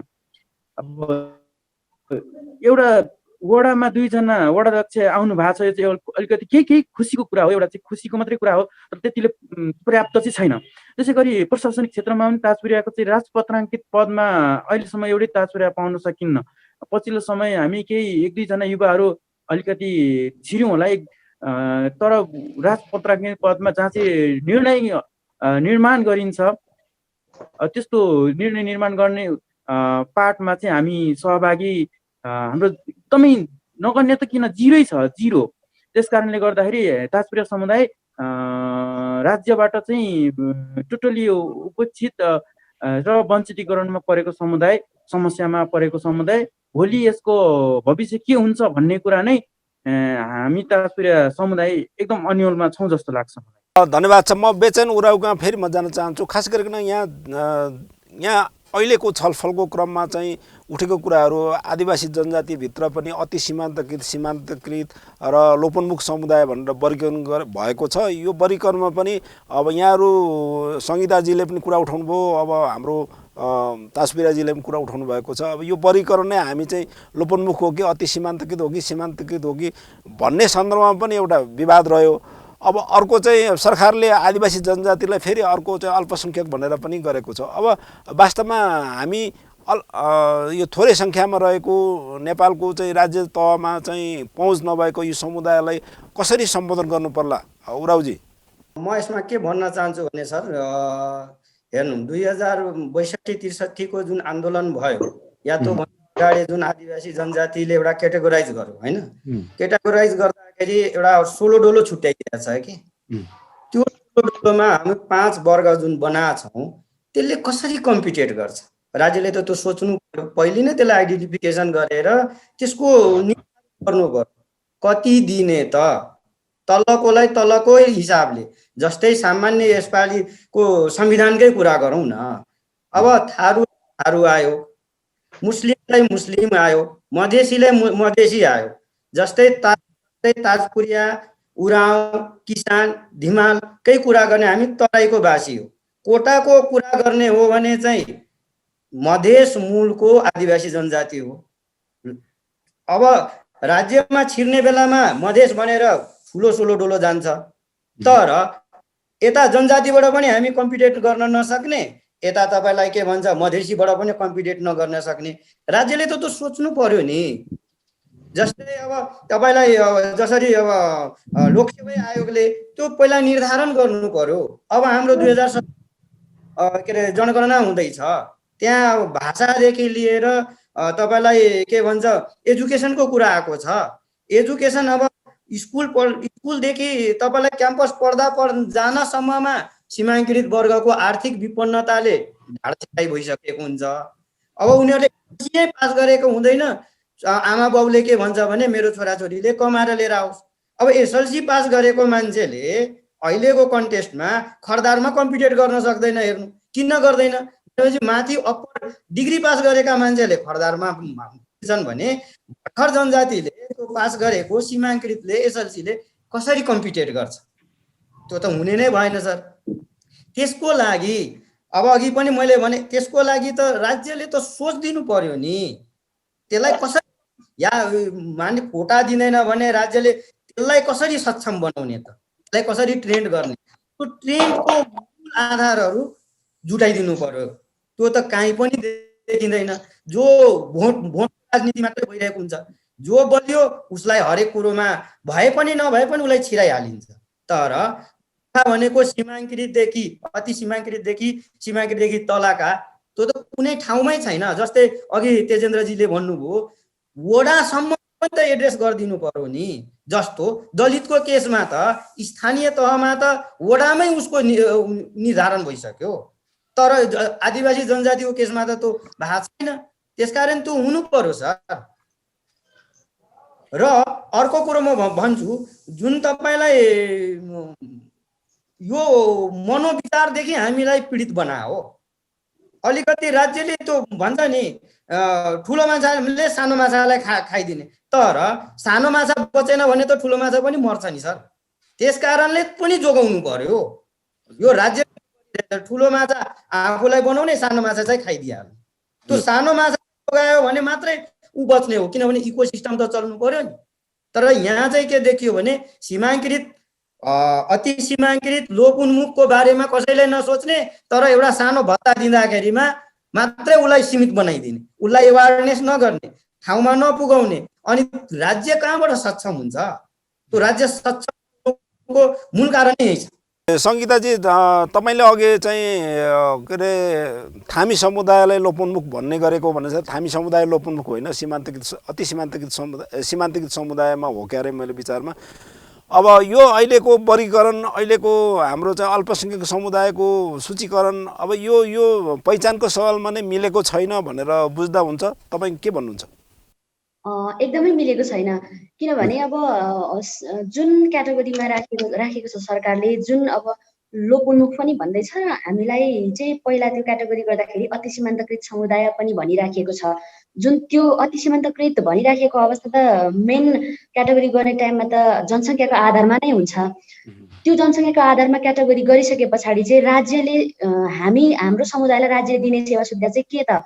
पहिलाको केन्द्रीकृत राज्य प्रणालीले दिँदै गरेको के थियो र अहिले यो जुन सङ्घीयता पछाडिको अवस्थामा चाहिँ थामी समुदायहरूलाई हेर्ने या अथवा थामी समुदायहरूलाई अलिकति माथिल्लो स्टेपमा चाहिँ लानको लागि के गर्ने भनेर पनि अहिलेसम्म केही पनि भएको छैन कि सरकारबाट चाहिँ। म चाहिँ के भन्छु, म र अब हामी के भन्छौँ भने यो लोपोन्मुखमा राखिसके पछाडि र त्यो पहिला अति सीमान्तकृतमा हुँदाखेरि राज्यले चाहिँ अब हरेक सरकारी जागिरहरूको सवालमा कोटाहरूको सवालमा अथवा हुन्छ नि यो हरेक प्रतिनिधित्वको हिसाबले पनि कुनै पनि ठाउँमा अब यो समुदायको प्रतिनिधित्व हुनुपर्छ भन्ने तरिकाले चाहिँ राखेको छैन कि। कुनै ठाउँमा राखेको होला, त्यो चाहिँ स्वतः आफू नै फाइट गरेर त्यो ठाउँमा जान परिरहेको अवस्था छ। मेन भनेको अबको चाहिँ हाम्रो चुनौती के भने अब पनि राज्यले लोपोन्मुखमै राख्ने अथवा अति सीमान्तकृतमै राख्ने हो भने चाहिँ हाम्रो धर्म संस्कार संस्कृतिदेखि लिएर भाषा एकदमै त्यो क्षेत्रहरूमा चाहिँ पछाडि परेर जान्छौँ हामी। किनकि अब अहिलेको युवाहरूको क्रेज भनेको त जुनै पनि युवाहरूले अन्य भाषाहरू सिकिरहेको देख्छौँ र त्यो बाध्यताले पनि त्यो छ। अब हाम्रो चाहिँ वृद्धहरू हुनुहुन्छ नि अथवा हामीभन्दा अगाडिको पुस्ताहरू हुनुहुन्छ, उहाँबाट लिखित रूपमा हरेक भाषा संस्कार संस्कृतिदेखि हरेक कल्चरहरूको कुराहरूलाई लिपिबद्ध रूपमा राखेन भने चाहिँ हामी पनि अब हामी त पछि पर्छौँ नेपालभित्रको एउटा आदिवासी समुदायको एउटा समुदाय चाहिँ पछाडि पर्छौँ भन्ने नै लाग्छ। र यो राज्यले जुन अब सङ्घीय ढाँचामा राज्य प्रणाली गइसके पछाडि पनि थामी समुदायहरू चाहिँ अब कसरी आउनुपर्छ, कसरी त्यो समुदायलाई सपोर्ट गर्नुपर्छ भन्दाखेरि पनि त्यो त छैन, पटक्कै नै त्यो सपोर्ट भन्ने त छैन। अब हामी चाहिँ त्यो ठाउँमा कसरी जान्छौँ भन्दाखेरि पनि धेरै ठाउँमा त्यो आइडियाहरू पनि छैन कि अगाडि बढ्नको लागि चाहिँ। अब शिक्षामा त एक तरिकाले अगाडि बढ्दै गर्ला अथवा शिक्षा लिँदै रोजगारीको बाटोमा ढल्किन पनि पर्ने अवस्था हुन्छ। युथहरूको चाहिँ मेन समस्या भनेको त्यो हुँदाखेरि चाहिँ आफ्नो भाषा आफ्नो संस्कार संस्कृति हरेक कुराहरू चाहिँ पछाडि पर्दो रहेछ कि। अनि मेन समस्या भनेको त्यो हो। अब सरकारले चाहिँ त्यो कुराहरूमा ध्यान दिएन भने हामी पनि एकरूपताका साथ अगाडि बढ्न सकेन भने चाहिँ हामीलाई गाह्रो नै छ। ताजपुराजी, अहिलेको बहसको सन्दर्भमा तपाईँको विचार के छ? अहिले हामीले गऱ्यौँ कि सूचीकरणको सवालमा हामीले फरक मत राख्यौँ, हाम्रो आरक्षणको कोटाहरूको बारेमा पनि फरक मत राख्यौँ। तपाईँको ताजपुरा समुदायको के छ भनाइ यसमा? अहिले फेरि अघि पनि भनिगयौँ, यो ताजपुरे समुदायलाई चाहिँ अति सीमान्तकृतमा राख्नुपर्छ जस्तो मेरो एउटा धारणा, यो अझ व्यक्तिगत धारणा भन्ने पनि हुन्छ र संस्थागत रूपमा पनि त्यस्तै धारणा आउँछ जस्तो लाग्छ मलाई। किनभने जनसङ्ख्या अब मूलत आधारहरू हेर्नु पर्दाखेरि एउटा जनसङ्ख्या र एउटा राज्यसँगको पहुँचलाई लिन सकिन्छ के अरे आधार यसमा वर्गीकरण गर्दाखेरि। ताजपुरियाको जनसङ्ख्या पनि त्यो पर्याप्त छैन एउटा सीमान्तकृत समूहमा आउनलाई। र अर्को चाहिँ नि पहुँच, मैले भनिगएँ अघि ताजपुरियाको पहुँच अहिलेसम्म पनि कुनै उच्च तहसम्म पुगेको छैन। यी यावत कारणले गर्दाखेरि ताजपुरियालाई चाहिँ नि फेरि पनि रिकन्स्ट्रक्सन एउटा रिक्लासिफाई गरिन्छ भने ताजपुरियालाई अति सीमान्तकृतमा राख्दा राम्रो हुन्छ। र अब सीमान्तकृत राखिसकेपछि पनि यति गर्दैमा जातीय उत्थान हुन्छ भन्ने त छैन क्लासिफाई गर्दैमा। यसको लागि चाहिँ नि ताजपुरिया लगायतका अति सीमान्तकृत अथवा लोपोन्मुख समुदायहरूलाई विशेष आदिवासी जनजातिभित्र पनि विशेष खालको चाहिँ नि प्याकेजहरू ल्याउनु पर्छ, विशेष खालको नीति योजना कार्यक्रमहरू चाहिँ लागू गरिनुपर्छ, कार्यान्वयन गरिनुपर्छ। त्यसो भए मात्रैमा चाहिँ नि ताजपुर लगायतका अल्पसङ्ख्यक चाहिँ सीमान्तकृत समुदायहरू भए तिनको उत्थान हुन सक्थ्यो। हुन्छ, म तपाईँको एकैछिनमा आउनेछु। म धनबहादुर कुसुन्डाका जान चाहन्छु। कुसुन्डा समुदायहरू चाहिँ लोपोन्मुख समुदाय हो, अनि त्यसपछि आरक्षित समुदाय पनि हो। अब राज्यले अब कुसुन्डा लगायतका 10वटा समुदायलाई सामाजिक सुरक्षा भत्ता मासिक रूपमा उपलब्ध गराएको छ। यहाँले भने जस्तो आवास पनि निर्माण गर्दै रहेछ। राज्यले त केही न केही गरेकै रहेछ। यो पर्याप्त छ कि छैन धनबहादुर कुसुन्डाजी? केही मात्रामा चाहिँ पर्याप्त भए तापनि कतिपय कुसुन्डाहरू जङ्गलभित्रै ऐलानी जग्गामा बसेको अवस्था छ सर। अरू बाहिर यति समस्या छ कि यति जटिल समस्या र चुनौतीहरू पनि छन् त्यो घर बनाउनलाई अति गाह्रो छ। हेर्नुहोस्, त्यो सामाजिक के अरे सुरक्षा भत्ता भन्दा पनि यो जनता आवासमा जुन पारेको छ, जनता आवासमा घर बनाउन अति कठिनाइ छ, अति कठिनाइ। त्यो उहाँहरूले इस्टिमेट गरेको भन्दा गोजीबाट हाल्नुपर्ने, आफ्नो श्रमिक गरेर पनि नपुग्ने त्यस्तो खालको चाहिँ अवस्था, कम पैसा दिने र धेरै चाहिँ उहाँहरूले भनेको मापदण्ड अनुसार टोके अनुसार घर बनाउनु पर्ने। अनि यो भन्दा पनि अब बनाउनेलाई धेरै चुनौतीहरू गाह्रो हुने भयो र जङ्गलभित्र बसेकोलाई वन मन्त्रालयले मान्दैन भनेर नमाने उहाँहरूको घर बनाउनबाट उहाँहरू चाहिँ वञ्चित हुनुहुन्छ। त्यस कारणले गर्दा ऐलानी जग्गामा बसेको र वन क्षेत्रभित्र पर्नेकोलाई घर नबनाउने भनेर उहाँहरूको चाहिँ नीति भएको हुनाले उहाँहरूको जनता आवासबाट पर्नबाट वञ्चित हुनुभयो। र जुन जनता आवासमा पर्नु भएको छ उहाँहरूलाई घर बनाउनमा एकदमै चुनौती, अप्ठ्याराहरू, धेरै सङ्घर्ष गर्नुपर्ने, धेरै समस्याहरू र कतिपय त बनाउन नसक्ने अवस्था हामीले चाहिँदैन भन्ने। अरू अहिले त तपाईँको दलितको पनि बनाइराखेको छ जनता आवासमा परेर, उहाँहरूलाई नि एकदमै हम्मे परेको छ। यति समस्या आउँछ सर, जो कि आफ्नो जग्गा हुँदैन। त्यस कारणले गर्दाखेरि विभिन्न ठाउँमा चाहिँ के अरे सिफारिस गराउन जानुपर्ने, विभिन्न चाहिँ पास गराउनु पर्ने, यस्ता खालका जटिलताहरू। यो घर बनाउनु भन्दा नबनाउनु ठिक छ भन्ने चाहिँ सबै चाहिँ हाम्रो समुदायहरू छ।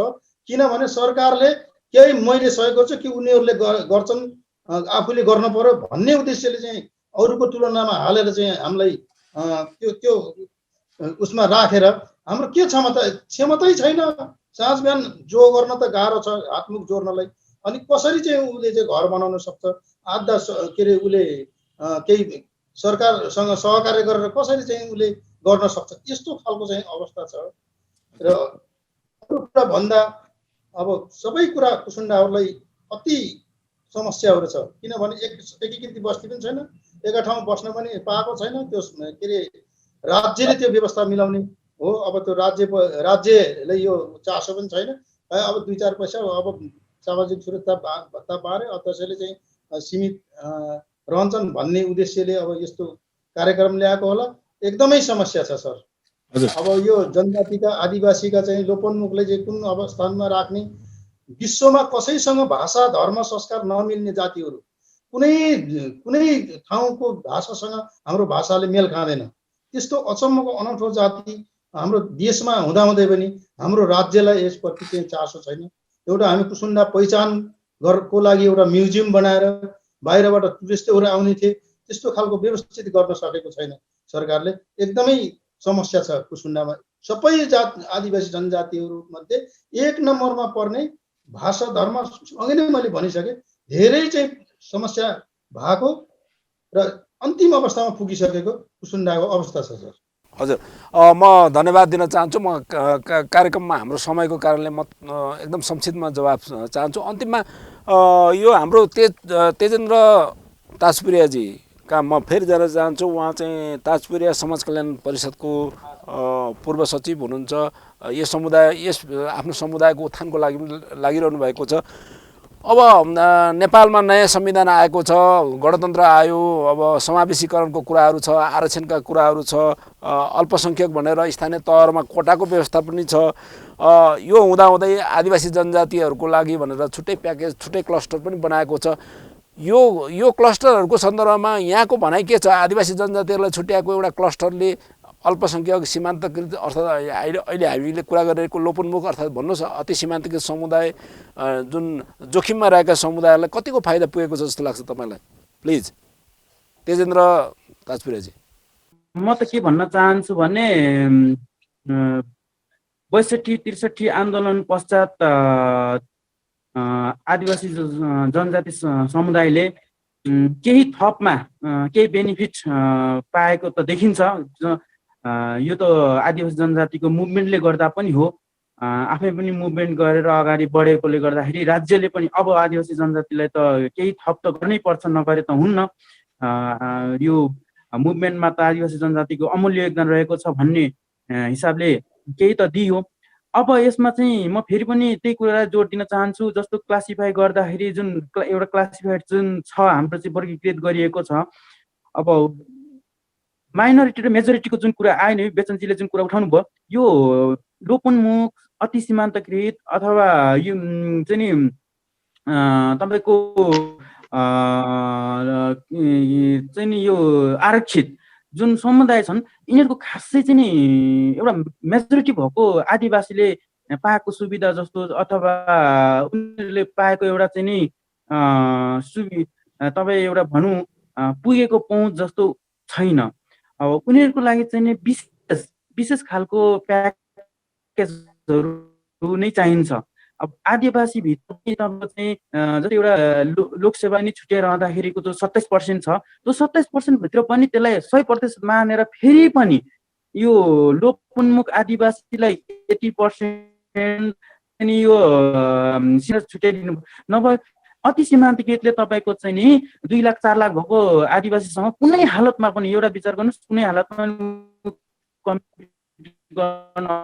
अगाडि बढ्नै सक्दैन र त्यो चाहिँ प्रशासनिकतिर भयो भने तपाईँको राजनीतिक क्षेत्रमा पनि उस्तै हुन्छ। तपाईँको चाहिँ यी जो सीमान्तकृत छन् अति सीमान्त लोपोन्मुख कुनै हालतमा पनि तपाईँको चाहिँ प्रतिनिधित्वमा चाहिँ नि भोट जितेर आउन सक्दैन। यो यसरी गर्दाखेरि चाहिँ उनीहरूलाई ती समुदायलाई अगाडि ल्याउनलाई प्रतिनिधित्वमा पनि राजनीतिक क्षेत्रमा पनि जसरी चाहिँ एउटा विश्व मान्यता छ नि नो टैक्सेसन विथआउट रिप्रेजेन्टेसन हो, टैक्सेसन विथआउट रिप्रेजेन्टेसनलाई नै एउटा मूल सिद्धान्त मानेर लिइयो भने कि अल्पसङ्ख्यक पनि देशका नागरिक हुन् अति सीमान्तकृत पनि देशका नागरिक हुन् भनेपछि तिनीहरूको पनि प्रतिनिधित्व हुने गरी चाहिँ नि अगाडि ल्याइयो भने मात्र ती अल्पसङ्ख्यक अति सीमान्तकृत र त्यो आरक्षित समुदायहरूको चाहिँ उत्थान विकास सम्भव हुन्छ।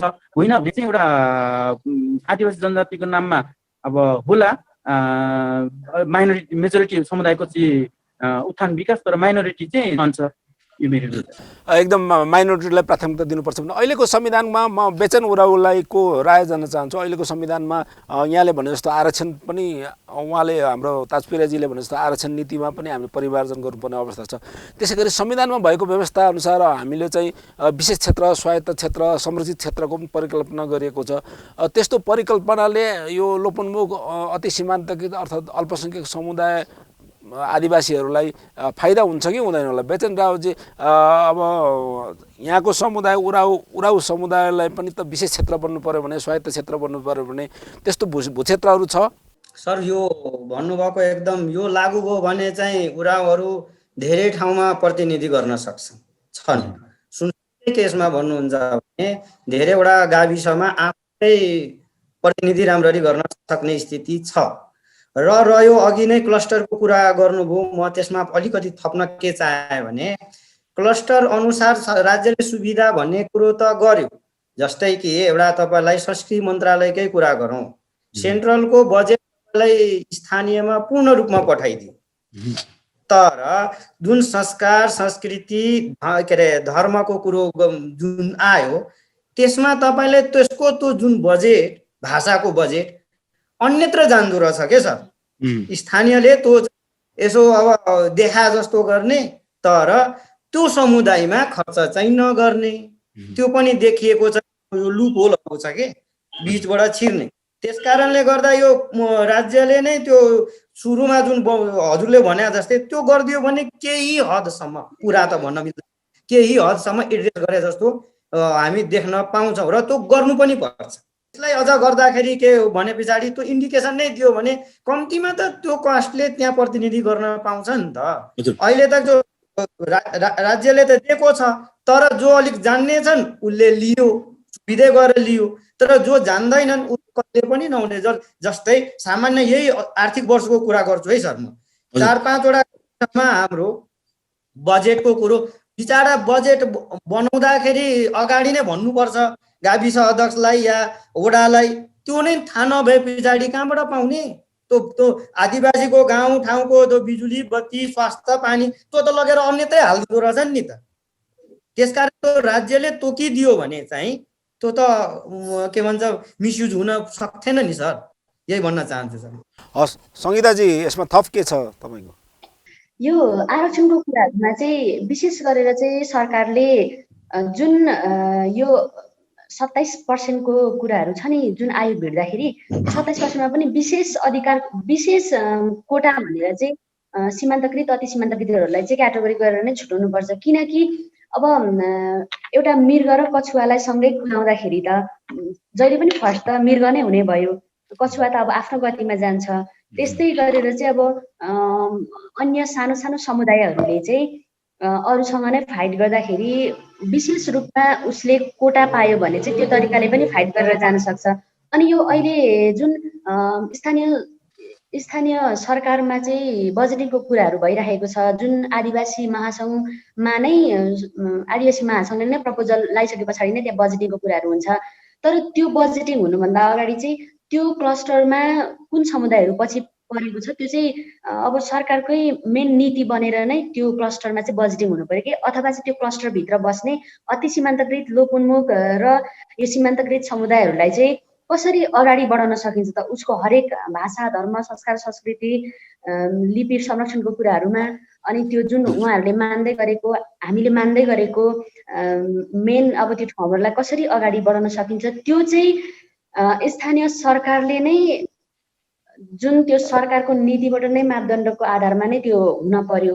अब बजेटिङ त हुन्छ, तर एकमुष्ट महासङ्घमा नै बजेटिङ भइसके पछाडि चाहिँ अब त्यहाँ त हरेक अब कल्चरहरूको संरक्षणको कुरा त हुन्छ, तर पनि त्यहाँ चाहिँ एउटा एकमुष्ट भएर जान सकिँदैन कि। जुन अब नीति बनाउनुपर्छ अथवा चाहिँ त्यो एउटा प्रपोजल लगेर गइसके पछाडि मात्रै त्यहाँबाट कार्यक्रम पास हुन्छ भन्ने ज्ञानै छैन क्या अझै पनि। त्यो भएर पनि पछि परिरहेको छ। त्यो चाहिँ अब स्थानीय सरकारको नेतृत्वज्यूहरूले नै मेन चाहिँ अब वर्गीकरण गर्नु पर्यो भन्ने लाग्छ। अनि एक किसिम चाहिँ अब हामीमा पनि युनिटी हुनु पर्यो। जुन कम सङ्ख्यामा हरेक ठाउँमा छरिएर बसोबास गरिएको छ त्यो हरेक ठाउँमा भएको अब हामी कम सङ्ख्यामा बसेकोहरू चाहिँ युनिटी हुनै पर्यो। त्यो युनिटी भएन भने पनि पाएको जुन चिज हुन्छ त्यसलाई उपभोग गर्न चाहिँ सकिन्न रहेछ। त्यो च्यालेन्ज पनि छ हामीमा चाहिँ। हस् एकदम यहाँलाई धन्यवाद छ। म धनबहादुर कुसुन्डा, अब धनबहादुर कुसुन्डाजी नगरपालिकाको कार्यपालिका सदस्य पनि हुनुभएको छ। यो हिसाबले प्रतिनिधित्व पनि अब अल्पसङ्ख्यक सीमान्तकृत समुदायको स्थानीय तहमा प्रतिनिधित्व हुँदाखेरि के फरक पर्दो रहेछ? केही फरक पर्छ? केही फरक छैन सर। हजुर, यो एउटा त्यहाँ जाने अनि भत्ता खाने फर्किने, यहाँ राज्यले एउटा उपस्थितिको लागि चाहिँ एउटा नीति बनाइदियो। त्यस कारणले त्यहाँ जान सफल भइयो। जाने किच्चा दाँत देखाउने अनि उनीहरूले गरेको कुरामा हो भनेर हो भनिदिने। हाम्रो त्यो अधिकार पनि छैन कुनै चाहिँ त्यहाँनिर। हाम्रो नाममा बजेट पनि आउँदैन। त्यहाँ समावेश हुने सबै वडा अध्यक्षहरूले वडाबाट आउँछ त्यो सबै कामहरू समस्याहरू। हाम्रो त केही त्यहाँ भ्यालु नै छैन सर। यो बलै बेकारको हो। के अरे यस्ता जातिहरूलाई त्यहाँ कार्यपालिकाभित्र चाहिँ बसेर त कुनै अधिकार छैन। आफ्नो केही समस्या राख्न परेको सुनवाई हुँदैन।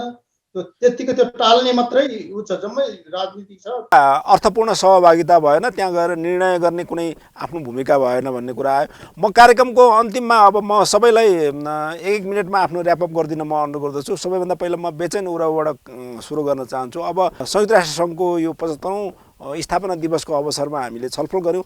यो छलफलमा मुख्य सन्देश अर्थात् देशवासीलाई अर्थात् विश्व समुदायलाई के सन्देश दिनुपर्छ होला? 1 मिनटमा आफ्नो कुराहरू राख्दिन म अनुरोध गर्छु। यो दिवसको अवसरमा के भन्न चाहन्छु भने यो संसारमा ठुलो समुदाय मात्रै होइन, सानो समुदायको पनि उत्तिकै महत्त्व हुन्छ। र सानो समुदायलाई सम्मान गर्दै ठुलो गर्दाखेरि ठुलो समुदायको पनि सम्मान हुन्छ।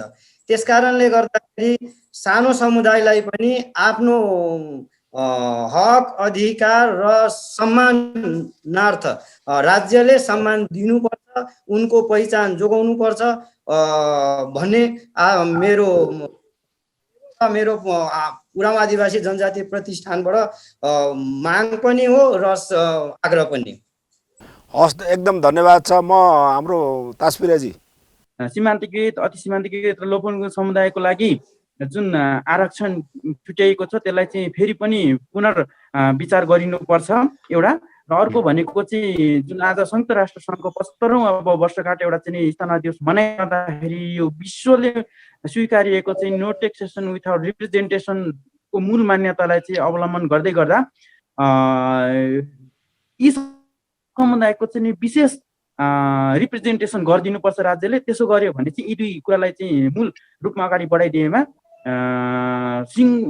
एउटा चाहिँ नि लोपोन्मुख सीमान्तकृत र तपाईँको चाहिँ नि अल्पसङ्ख्यक यी समुदायहरूको उत्थान सायद सँगसँगै चाहिँ नि सिङ्गो आदिवासी जनजातिको उत्थान र सिङ्गो राष्ट्रकै चाहिँ नि उत्थान हुने देखिन्छ।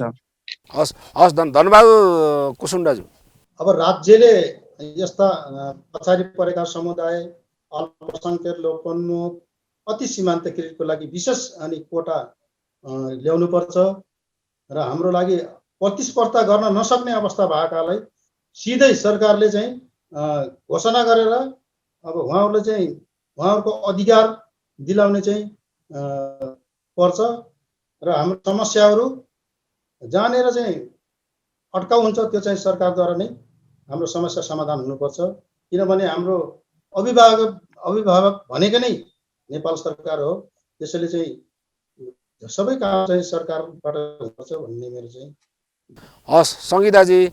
विशेष गरेर त संयुक्त राष्ट्र सङ्घको 75औं स्थापना दिवसमा सहभागिता हुन पाए हाम्रो समुदायको प्रतिनिधित्व गरेर, त्यसको लागि यहाँलाई धेरै धेरै धन्यवाद। अन्त्यमा म चाहिँ के भन्न चाहन्छु भने हामी पनि यो एउटा देशको हामी पनि एउटा सम्पत्ति हो कि राज्यको हामी सम्पत्ति भइरहँदाखेरि राज्यले चाहिँ अब त्यो सम्पत्तिको रूपमा हामीलाई कुन दृष्टिले हेर्छ, त्यो अब हाम्रो पहिचानको कुराहरूदेखि लिएर हाम्रो भाषा, धर्म, संस्कार, संस्कृति अब मेन पहिचानकै कुराहरूलाई चाहिँ राज्यले नै संरक्षण गर्ने एउटा मौका दियो भने हामी पनि एक्टिभ भएर अगाडि बढ्न सक्छौँ। अब राज्यले पनि वास्ता गरेर हामीले पनि व्यवस्था गर्दै गयौँ भने युथहरू एकतिर ढल्कन्छ अनि अलिकति अगाडिको पुस्ताहरू बिस्तारै सकिँदै जान्छ र हाम्रो कल्चरको कुराहरू, पहिचानको कुराहरू सकिएर जान्छ। त्यो कुराहरूलाई चाहिँ विशेष गरेर चाहिँ राज्यले हेर्नु पर्यो। अनि 2078 को जनगणना हुन लागेको छ, त्यसमा चाहिँ सम्पूर्ण समुदायहरू एकरूपता भएर धर्ममा किरात, धर्मको महलमा चाहिँ किरात लेख्नुपर्छ। यो युनिटी हुनुपर्छ समुदायमा, किनकि पहिले पनि तथ्याङ्कलाई मिथ्याङ्क भयो भनेर हामीले धेरै नै कुराहरू भनिरहँदाखेरि सरकारले त्यसलाई व्यवस्था गरेको छ। अबको यो जनगणनामा चाहिँ अर्थपूर्ण ढङ्गबाट सहभागिता हुन पर्यो हाम्रो समुदायहरू र जुन यो राज्यले दिएको सामाजिक सुरक्षाको भत्ताहरू छ नि, लोपोन्मुख समुदायहरूलाई अगाडि बढ्नको लागि दिइने भत्ताहरू हाम्रो इलामको परिप्रेक्ष्यमा त विशेष गरेर लेप्चा समुदायले पाउनुहुन्छ। उहाँहरूले पनि त्यो सामाजिक सुरक्षा भत्तालाई चाहिँ लिएर कुन ढङ्गबाट प्रयोग गर्न सकिन्छ, बच्चाहरूलाई पढाउनेदेखि लिएर बच्चाहरूको शिक्षा, स्वास्थ्य हरेक कुरामा अगाडि बढ्न सकिन्छ कि त त्यसलाई व्यवस्था गरेर एकदम फजुल खर्च तरिकाले खर्च गरिरहेको पनि देखिन्छ, त्यसलाई पनि विचार गर्नु पर्यो। राज्यले त्यतिकै त सहयोग गरेको हुँदैन, त्यो समुदायको विकासको लागि, समुदायको उत्थानको लागि नै सहयोग गरेको हुन्छ। त्यो कुराहरूलाई पनि हामीले ख्याल गर्न पर्यो। अनि जुन ठाउँमा जुन समुदायलाई फोकस गरेर दिइरहेको कुराहरूले पनि उपभोग गर्दाखेरि चाहिँ त्यो कुराहरू उपभोग गर्दाखेरि हामीले यो ज्ञान पाउँछौँ अथवा यो क्षेत्रमा लगानी भएर चाहिँ हाम्रो त्यो चाहिँ एउटा सम्पत्तिको रूपमा हो भनेर हामीले पनि ख्याल गर्न पर्यो भन्दै यति नै भन्न चाहन्छु। हस्, म आजको सहभागी सबैलाई धेरै धेरै धन्यवाद दिन चाहन्छु। आदरणीय दर्शकवृन्द, आज हामीले संयुक्त राष्ट्र सङ्घको 75औं स्थापना दिवसको अवसर पारेर नेपालका लोपोन्मुख, अति सीमान्तकृत तथा सीमान्तकृत समुदायको सरोकार तथा समस्याहरू बारेमा छलफल गरेका छौँ। आजको कार्यक्रममा हुनुहुन्थ्यो लोपोन्मुख समुदायबाट धनबहादुर कुसुन्डा, उहाँ नेपाल कुसुन्डा विकास समाजका अध्यक्ष हुनुहुन्थ्यो। त्यसै गरी हामीसँग हुनुहुन्थ्यो सङ्गीता थामी, उहाँ नेपालको सीमान्तकृत थामी समुदायको एउटा प्रतिनिधि हुनुहुन्थ्यो। त्यसै गरी हामीसँग जोडिनु भएको थियो नेपाल दराई उत्थान समाजका अध्यक्ष मङ्गलराम दराई। त्यसै गरी आज हामीसँग बेचैन ओराउ पनि जोडिएर आफ्नो भनाइराख्नुभयो, उहाँ नेपाल ओराउ आदिवासी जनजाति प्रतिष्ठानका अध्यक्ष हुनुहुन्छ। त्यसै गरी हामीसँग हुनुहुन्थ्यो तेजेन्द्र ताजपुरिया, उहाँ ताजपुरिया समाज कल्याण परिषदका पूर्व सचिव हुनुहुन्थ्यो। कार्यक्रममा सहभागी भएर महत्त्वपूर्ण जानकारी सूचना तथा आफ्नो विचारहरू राख्नुभएकोमा सबै अतिथिहरूलाई यो कार्यक्रमको तर्फबाट र इन्डिजिनियस टेलिभिजन र मेरो व्यक्तिगत तर्फबाट धन्यवाद दिएर कार्यक्रमको यहीँ बिट मार्न चाहन्छु। तपाईँ दर्शकले पनि हाम्रो कार्यक्रम हेरेर हामीलाई साथ दिनुभयो, सहयोग दिनुभयो, तपाईँ दर्शकलाई पनि धेरै धेरै धन्यवाद दिन चाहन्छु। हामी जनताको विविध सरोकारमा हरेक दिन यो कार्यक्रम लिएर आउने गरेका छौँ। अर्को सन्दर्भ र अर्को विषयका साथ भोलि फेरि आउने नै छौँ। अहिलेको लागि भने सम्पूर्ण युनिटसहित म कुमार यात्रुलाई बिदा दिनुहोस्। नमस्कार।